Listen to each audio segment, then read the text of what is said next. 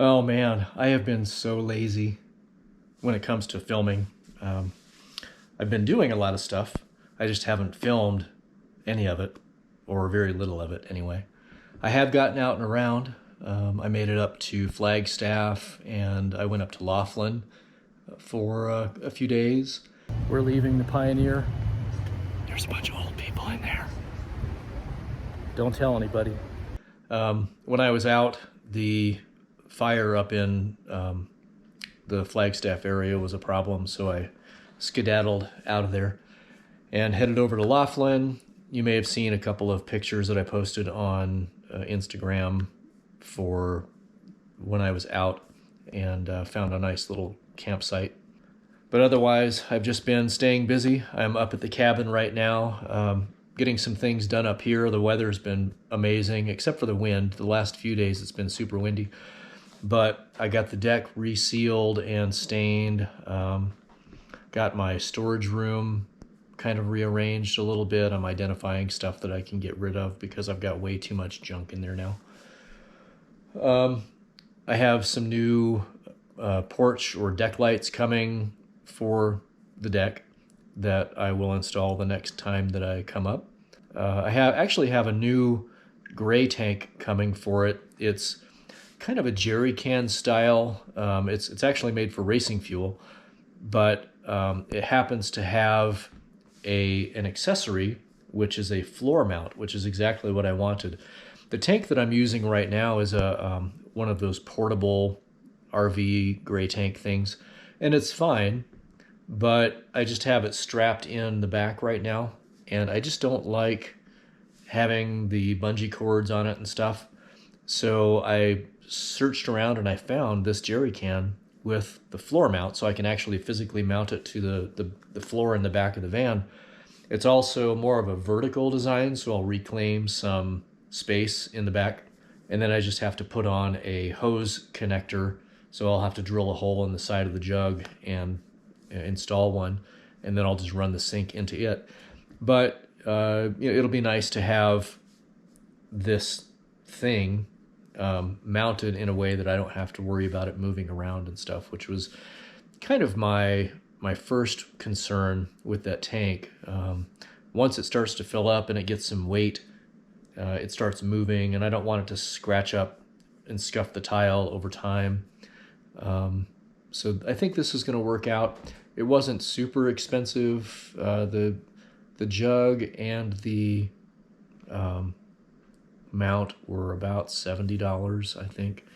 And then I have a brass hose connector to install into the side of it, which was another $10 or so, $11. I also did order and install an add-on for my electrical system. So for my power, I use a Blue Eddy 200 Max, and that supplies all of my power for the lighting and charging things, and my Max fan, and my AC also for boiling my water and things like that. That unit has add-on battery packs that you can plug in and increase the capacity.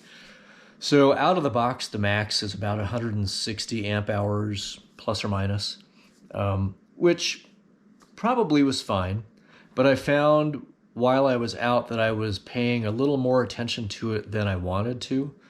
I never got to a point where it was a problem, but I felt like I was managing it a little more closely than I wanted to. I didn't want to pay that much attention. So I went ahead and bought one of the add-on batteries, which effectively doubles the capacity. So now it'll be around 320 amp hours, which for me, and being such a low power user, is more than adequate.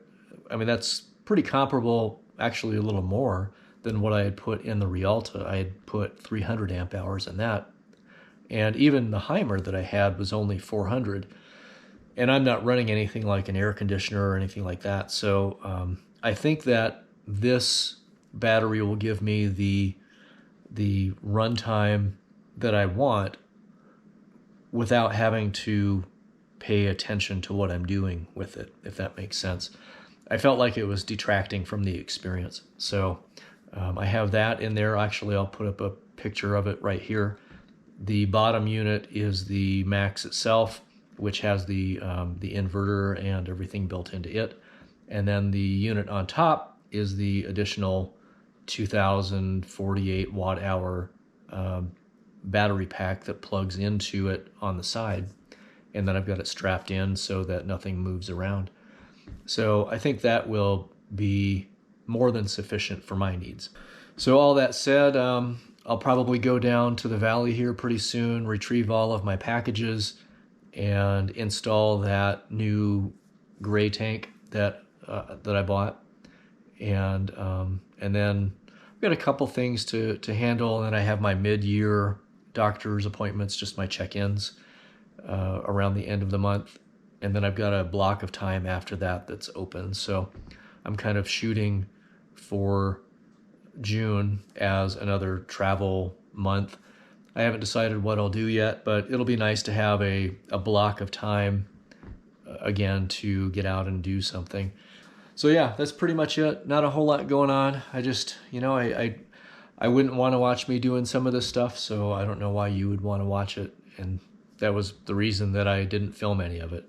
And frankly, even when I was out, I kind of didn't film some of it.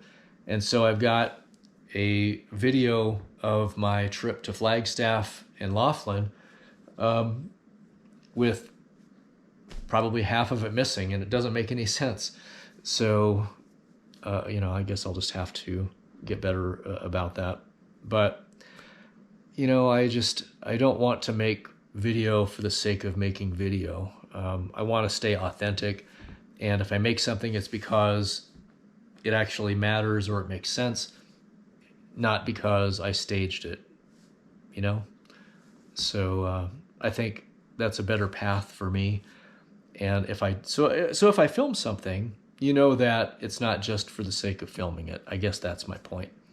So with that, I will end this one here in keeping with that theme. And I'll let you know what ends up happening here in the next, week or so. I do have that trip to Florida that I still have to deal with. And then my end-of-year appointments mid-year appointments. And then it's time to go have some fun again.